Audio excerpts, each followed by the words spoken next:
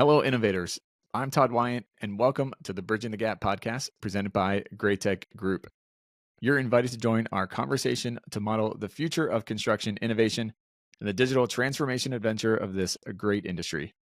My guest today is Josh Levy. He's a returning guest and CEO of Document Crunch, a leading contract intelligence platform for the construction industry.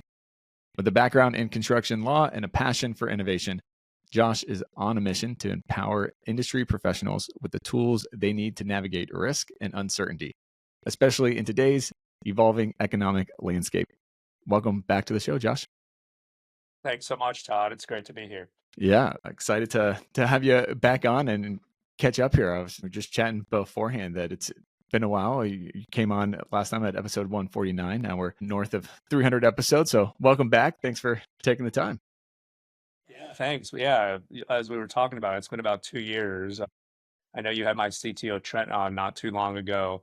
So a little bit before, I guess, like that 2 year mark, probably like, 6, 7 months before that, the 2.5 years, he pinged me and said, "Hey, there's about to be a volcano erupting like right beside our head. And it's these things called large language models and what that's going to mean for our product and what we're doing." And at the time, I kind of was stiff arming him, like, "Hey, let's stay focused on what we're doing." Anyway, though, yeah, starting about 2 years ago, the whole world has completely shifted, and there's just been a lot going on. And so, pretty remarkable 2 year run, like kind of right before to where we are today. Yeah, definitely. I feel like the conversations has really flipped on its head in around AI over the last couple of years, because it was the probably the majority of people were skeptical and very fearful of what's this going to mean, what's it going to do. Then you slowly had some acceptance of it, of like, okay, I know we have to, but I don't really want to. And now people are getting really excited about AI, of like, no, you got to be doing it. It's not the future, it's here now, and it's impacting stuff. That train has already far left the station. It's been a weird shift for us. So I think you know this, but we were using AI very early on, even, the technology prior to the current state of the art. But I bet you if we audited the podcast from 2 years ago, I probably wouldn't have been like emphasizing AI that much for exactly the reasons that you were just talking about. The world was skeptical. We were solving a problem, but we didn't want to be over marketing ourselves as AI. You can't go to one conversation now where someone's not asking us about the AI in our products, which in some ways is a good thing, because like, look, we've been doing this a long time, and so many of the lessons learned with the predecessor technology have now been applied. The really cool thing, Todd, is we created a product that the industry was already using and loving before the world lost its mind. It's gotten a lot better with the new state of the art technology. But anyway, on the one hand, that's a good thing. But on the other hand, it has been a little bit of an adjustment from us, from a, I guess, marketing sales standpoint, in that we tend to be very problem focused, like what's the pain that we're solving for. Mm-hmm. But people definitely want to talk about the AI now a lot. So it's just been a little bit of an adjustment, mostly a very good thing for us, but certainly an adjustment. Yeah, it's interesting. You guys were doing AI really before it was cool and mainstream, and now people are just kind of cramming AI. So now the challenge on the marketing front, I imagine, is almost like, no, we actually do AI. We're not just talking about it. We have it proven, and here's the system. It's not just a buzzword for us. That's right. People don't, and again, I'm not really a technologist, but Trent would probably be better to talk about this, but people don't talk about a lot of the building blocks or foundational elements that go into a good AI native solution. And, again, those were like lessons that we had to learn the hard way, kind of in the dark corners of the market when AI was not popular. But that muscle, the team's muscle that we've developed around machine learning pipelines, RAG architectures, you name it, has all been hugely advantageous, because now that the world is moving so fast, we have like this vehicle that's just, we can just put a lot of rocket fuel into it and watch it go. And it's the great news is it provides a lot of value if done right. And we've certainly been the beneficiary of that. Yeah. That's awesome. Well, I want to spend the bulk of our time talking about another thing that's really big in the news right now, and that's maybe less exciting, is the impact of tariffs coming in. So I know you guys have been doing a lot and putting a lot of messages out there around this. How are the new tariffs really impacting the construction industry as a whole? You know, when we figure, costs, supply chain disruptions, and even project timelines. Yeah, it's interesting. I was just with some of our big customers in Boston a couple weeks ago. And as of today, I'm not hearing that there's like actual like impact just yet, except everyone's bracing for impact. So what I would say is probably the biggest impact right now is in those projects that were maybe, started yet.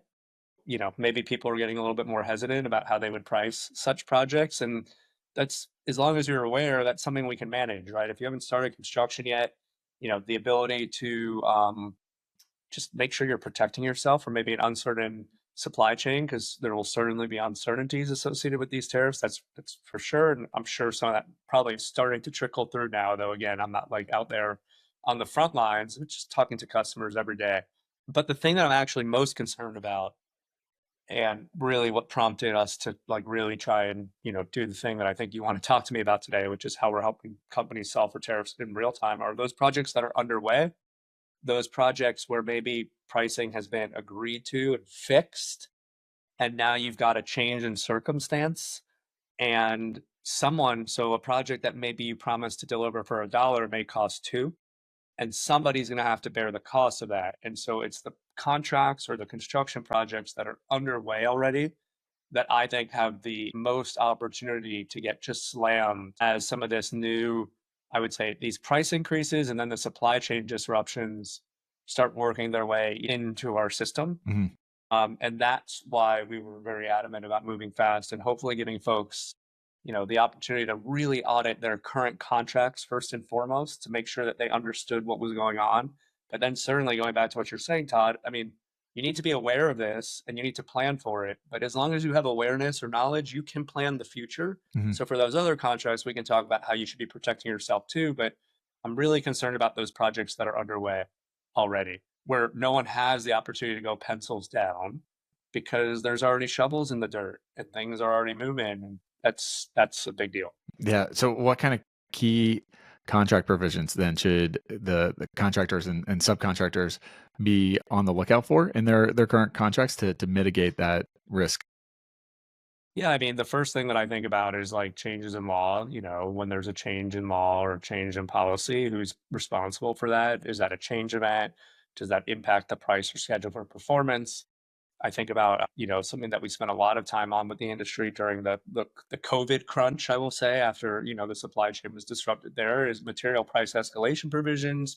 Those are provisions that may say that if the price of the materials goes up by a certain amount, you would have the right to split the difference, or someone, could share the risk with you. And then there's just, so those are like the two big ones that I can think of off the top of my mind. It's late on a Friday right now, as I was just telling you, just coming off a plane. There's some other ones that you can get in our checklist as well. But then there's also, okay, great. You have those provisions, but you still got like notice obligations. Who do you give notice to? How long do you have to give notice? What do you do? Just kind of being aware. It's like anything in life, but just getting your head quickly around these issues so that you can formulate a game plan. Even if it turns out that you're responsible, or the paper says you're at fault, getting ahead of this now, being aware, making sure that you're being transparent, communicating with those across the table with you, thinking about alternative strategies.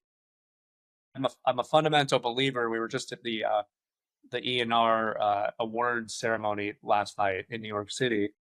The people in this industry, there are people from all over the industry.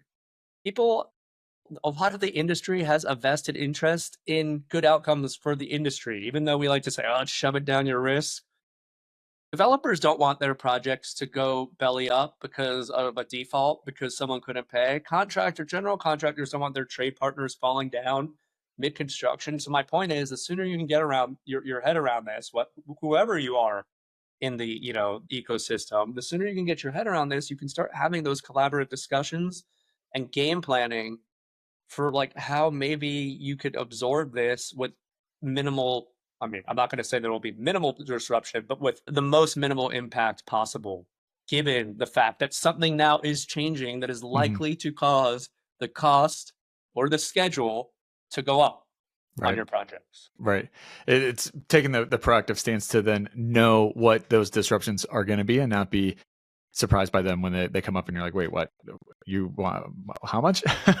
Am I on the hook for it? Being able to know that and then plan for that and just kind of bake it into the cake is the way to go. Yeah, I mean, it's good business sense, right? If you have bad news, better to deliver it as fast as possible so you can start like solutioning it Right. rather than bury your head and like hope and pray that something is going to work out. Like, here's the deal. And I think we know this. Even if we were going to yank all of these tariffs back, because there's been a lot of yo-yoing going on, even if we were going to yank all of these tariffs back today, which it doesn't appear to be the case, there's still going to be a ripple effect from this last period of time that's going to work its way through our system, right? And you want to make sure that you're on top of that no matter what. And we tend to have rose-colored glasses, especially like operators at the project level, which makes sense because they're optimists, they're executors. Like they're gonna, give it hell and win, with 0 seconds left on the clock, but they're gonna get it done, right? But this is not the time to just be hopeful. This is the time to be proactive and get ahead of this. So knowledge is everything. Knowledge is power here. Yeah, for sure. So I know Document Crunch has made the tariff risk assessment tool free. Can you walk us through kind of how that works and why you felt it was an important resource for the industry? Yeah. So look, the basic core product, Document Crunch, that we've been known for over the years is automating the review of construction contracts for different things. We now do other things as well. We're being used by project teams to generate certain tasks or to help automate certain tasks, but to make sure that they're done in compliance with contract documents. We're being used by pre-construction teams around specifications and geotech reports, again, to start automating certain tasks that they have to do. But here, what we did was we put kind of that tariff issue lens in our product so that you could quickly upload a contract and automate the assessment of that contract for these tariff related clauses so that you could quickly understand where those clauses were in your contracts. And why did we do that? Why do we have this automated tariff assessment solution out there? Because of what I just said, like now is the time. And so look, if you have one project that you're working on and you know that project inside and out, sure, maybe you could review the contract. But for you construction companies out there that, have 6 of those or 7 of those or 20 of those or 400 of those, that could be a lot of time and expense. We saw this during COVID as well. We were a much earlier version of ourselves. We were not ready and nimble enough to do this. But one of the earliest use cases for Document Crunch back then was like, hey, can you help me now audit my contracts around this COVID stuff? And so we're seeing a very similar, kind of pattern here, but our product is at a point where we could very quickly spin this up. So we did that and we started giving it to our current customers just to say, hey, you should have this. And we started getting some pretty amazing feedback from them just on how helpful they were finding it to very quickly and conveniently start auditing their contracts. And so, look, a few weeks in, I wish I had this idea at the beginning. I didn't. But a few weeks later, I just started thinking about, how big of a potential impact this could have on the industry.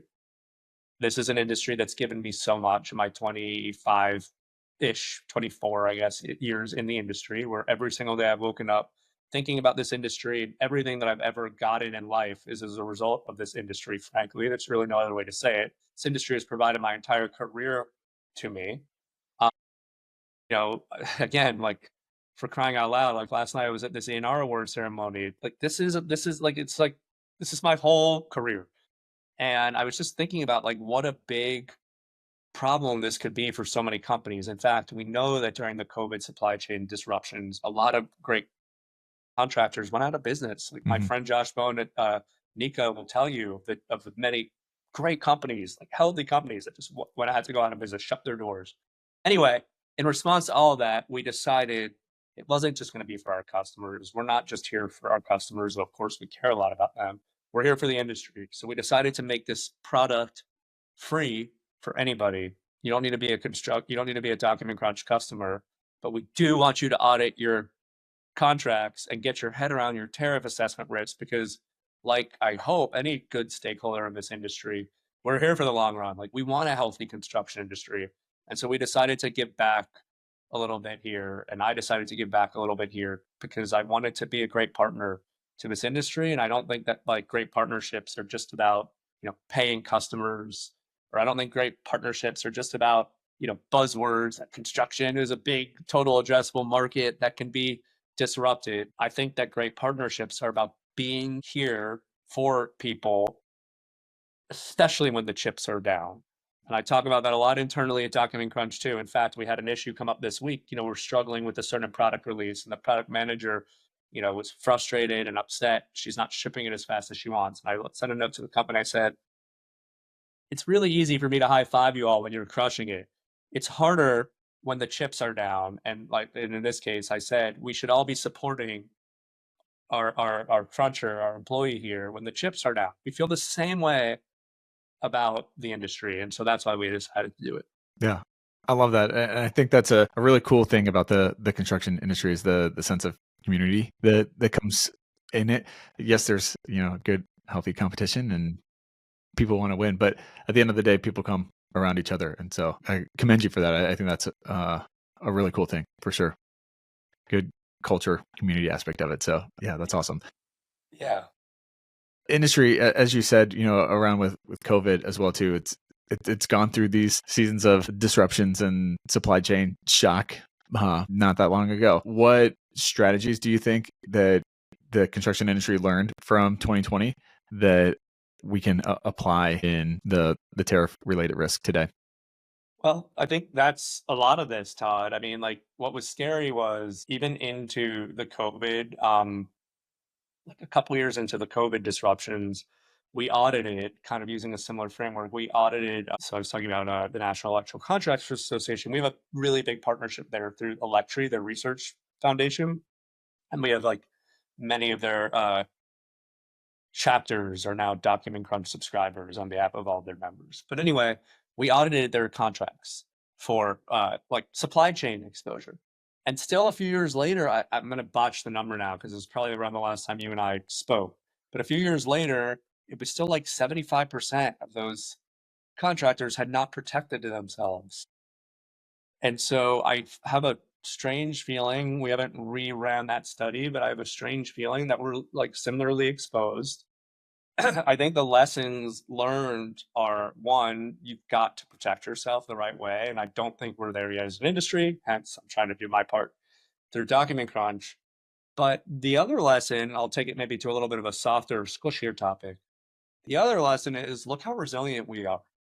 Like that was also incredibly disruptive. The world literally had shut down as we know it. We made the adjustments as an industry. Some projects, some sectors went down because they were no longer feasible, while other sectors rose and companies started diversifying into new asset types, right? We're now seeing this crazy data center craze and, because of what's going on actually with AI. But anyway, my point is that this industry has shown a lot of resilience. And so put it like on a squishier side, I do want to remind everybody that we're going to be okay.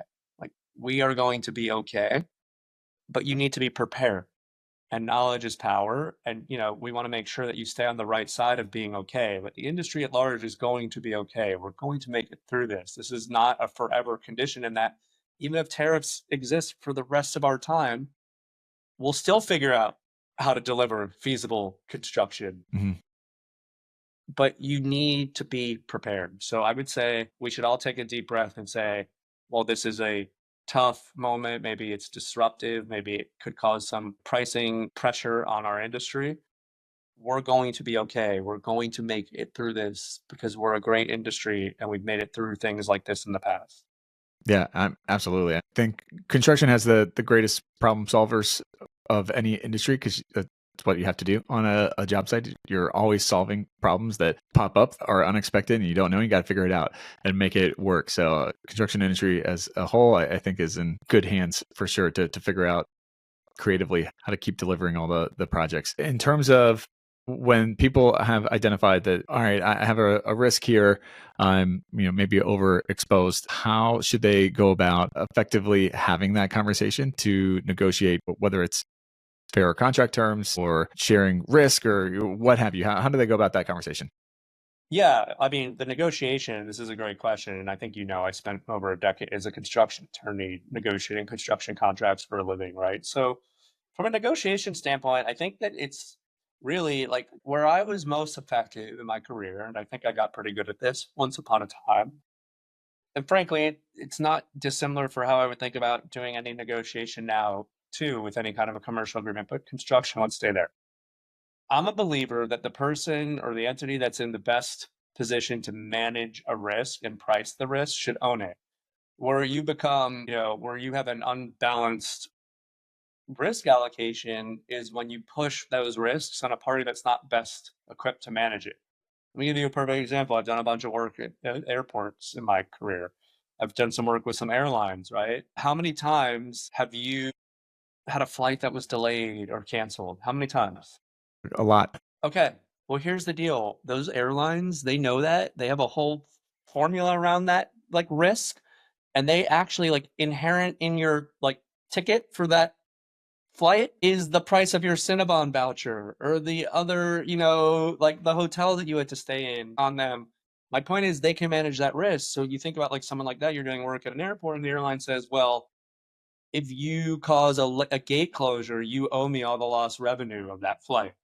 Well, like that's inefficient because they're already charging the consumer in the ticket for that risk. And now they're going to eat the cost of a contractor trying to price that risk as long as the contractor is aware of that risk. So again, knowledge is power. But my point is, when you think about risk allocation or negotiation, I think about that, right? That becomes a really interesting discussion. Like, hey, look, you already charged Todd 400 plane ticket. I'm assuming some of that's his Cinnabon voucher. If you make me take this risk, then I'm going to have to charge you $400 on top of that $400. Right. Like, why are we double pricing this risk? But of course, I was aware of that risk. Again, knowledge is power. And what I would say to that, Todd, is so I think about risk allocation. Who's best in a position to manage and price the risk? But the other side of this is, and again, a little squishier, but true, the best outcomes I've been a part of are outcomes when the team is prepared, knowledgeable, and understands the ability to articulate a point like I just did. Because that's how on a call like this, you could get someone to say, okay, I think I understand what you're saying. Maybe you shouldn't take this risk. And so that knowledge and that preparation is everything. And that goes back to the root cause of what we've been talking about. You need to bone up on this stuff. You need to understand it so that you can have a real adult discussion with those folks around the table with you to best understand the reasonable alternatives available or options available, given that we're now in a pretty disruptive time. Yeah, I like it. It makes me think of having that knowledge gives you the ability to be like, okay, touche, and to catch them out on that and call them out on where those risks actually lie. That's exactly right. And these things ultimately come down to what you just said, like touche. What is that? That's an interaction between two humans.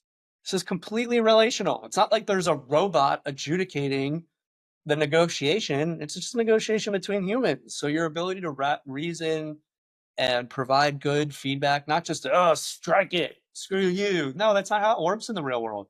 Like in my, very many negotiations, most of the time, when two parties are coming together around a project, it's because they're excited to do a project. Like Right. both Sure. parties are going to benefit. Usually, I've encountered rational actors on all sides of the table so that when you can have discussions like that, you generally can get a rational response. And if there's some reason why you can't get a rational response, then you have a really great opportunity to decide, like, is this worth it? Do I want to even work with this person? Like, or Right. whatever. But Yeah. that's a business decision that you can make knowingly. Yeah.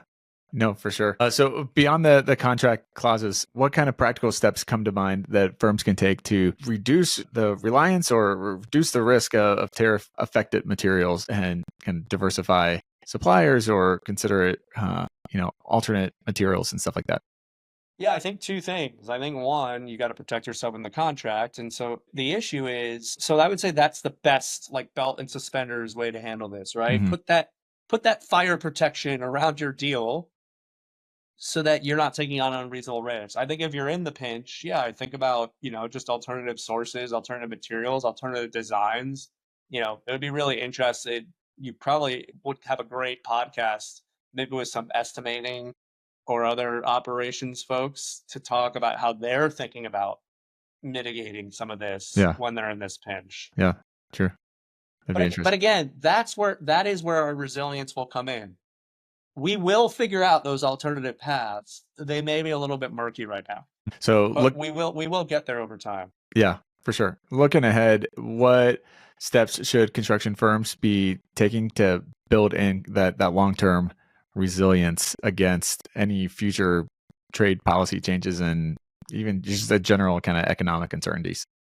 Listen, the document we're called contractors, man. The documents that govern your performance or your obligations is completely bound up in the contract. So the COVID thing is a good example. Probably 8 years ago, when I was negotiating construction contracts for a living, if I was in a negotiation and somebody like wanted to strike pandemic from a force majeure clause, like I don't know that the whole negotiation would have like been held up over that. We would have been focused on other like more pressing matters of the times. Well, I guarantee you that this generation of construction professionals are never gonna allow themselves to be exposed to the risks of a pandemic ever again. It would be foolish because it happened. Like you can't ignore it. So in some ways, a contract does become a bit of a compilation of your lessons learned. And so I think in this particular case, I think a lot about changes in laws or trade policies and or material price escalations, irrespective of the changes in law, because maybe it's not a change in law, maybe it's just a supply chain disruption because of a pandemic. So, I just think about maybe you get comfortable, pricing in a little bit of contingency around the cost of your materials going up a little, but over a certain amount, maybe there's a mechanism, but it's all going to be born in your contracts. Yeah. So broadening it out even more, kind of looking over the next few years, are there particular technologies or practices that you're excited about coming into the construction industry? I'm really bullish on the impact that I am seeing with how AI is starting to amplify risk management best practices and automate certain jobs, but tasks. So, yeah, I mean, I'm really excited about our industry. And I actually was speaking about this in New York this week. I feel like this is a lot, at least in the world that I'm in with Document Crunch. There's parallels to this and like when we became, safer industry. So I was talking with the skyline behind me on a panel with the founder of OpenSpace, Jeevan, good founder. So he and I were on a panel with a bunch of like local industry professionals. And someone said, well, all those buildings behind you were built without AI. And I said, you're right. They were all built without AI.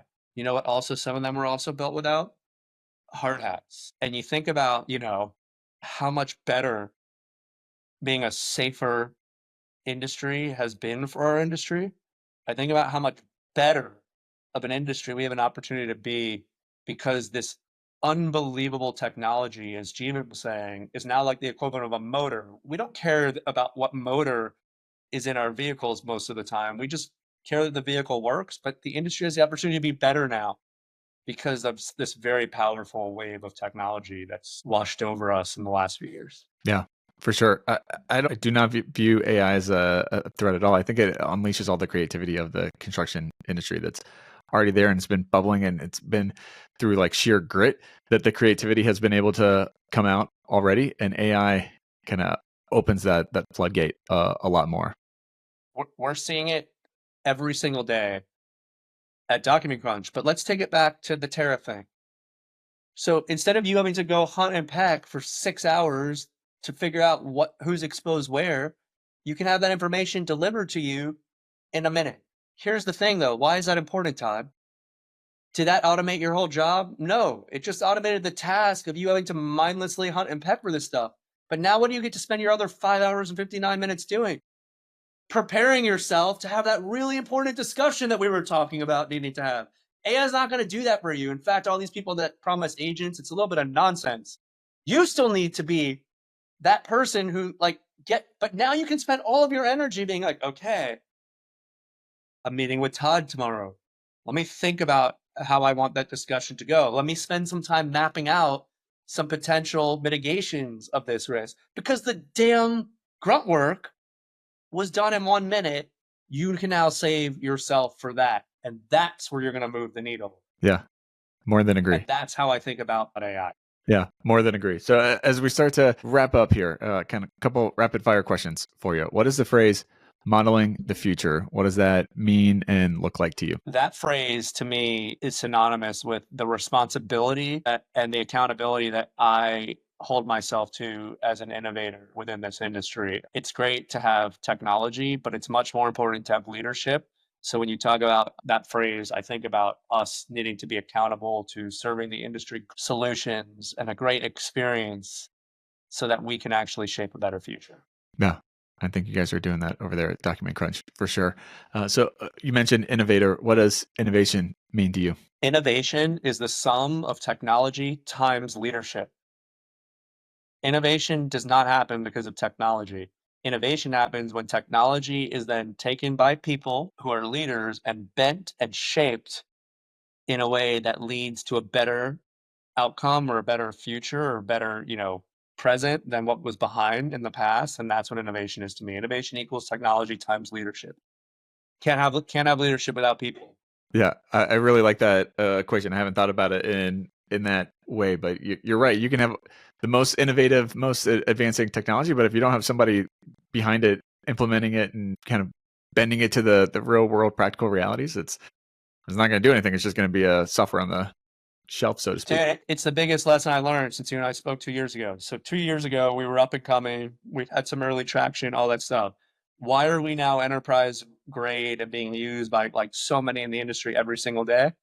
Because really smart people that we partnered with were like, hey, this is neat. Let me talk about my process. Let me talk about how we handle things. Let me talk about how this could be great. And they started breaking it and shaping it and bending it. And then we could build product around that. And now it went from good technology to a great product. Those are two different things. You need leadership to do that. Yeah. Yeah, for sure. In fact, one of my biggest customers, am I allowed to curse on here? Go for it. I'm gonna tell you a story. You could tag him. Mark Bryant, PCL, Chief Innovation Officer. I was with last night at this gala at the ENR, and he said to me, "Hey man, we kicked your ass early because they had some pretty big demands from like being an enterprise partner." He said, "We kicked your ass early, but you know what? It was the best thing ever because we believed in you, and by us doing that, you grew into a partner that we could now rely on." Right? That was like the genesis of his point. Yeah. It's leadership, man. Quote. They made us better. Yeah. I love that. Yeah. And I mean, that's where the partnership with your software provider really comes into play. That you have to be able to have that type of relationship that you can say, hey, here's what's great about it. Here's where it needs to be improved. And here's where it's fallen short in our workflow. I feel like software providers are more than willing to hear that because it just makes their product better. They want to hear that input. They're craving for it. Everybody who thinks that you just turn this stuff on and it's just going to blow up into something unreal is totally misguided, man. You have to earn this stuff inch by inch, day by day, getting those customers, getting their feedback, making yourself better. It's a process. It's a long process that requires resiliency, just like our industry. But that is the point, man. The technology is great. It doesn't mean anything without great leadership. And so that's where you get innovation. Yeah, for sure. So how do people find out more information and connect with you? Yeah, I mean, you can find me, as you said, Todd. I think we're pretty active on social media. You can find me on there. Of course, Josh Levy at Document Crunch. You can go to documentcrunch.com. You can sign up for the tariff assessment product there. Please just prepare yourself. Get yourself ready to have those discussions. We will get through this, but you've got to be prepared. You've got to be knowledgeable. Yeah. I like it. Final question for you, Josh. If I could give you all construction power, you could snap your fingers and innovate one thing in the industry, what would you pick to innovate? No claims. And I'm on my way to getting us there. Yeah. Nice. I like it. Josh, thanks so much for taking the time and talking with us. Always great to catch up. All right. Thanks so much, Todd.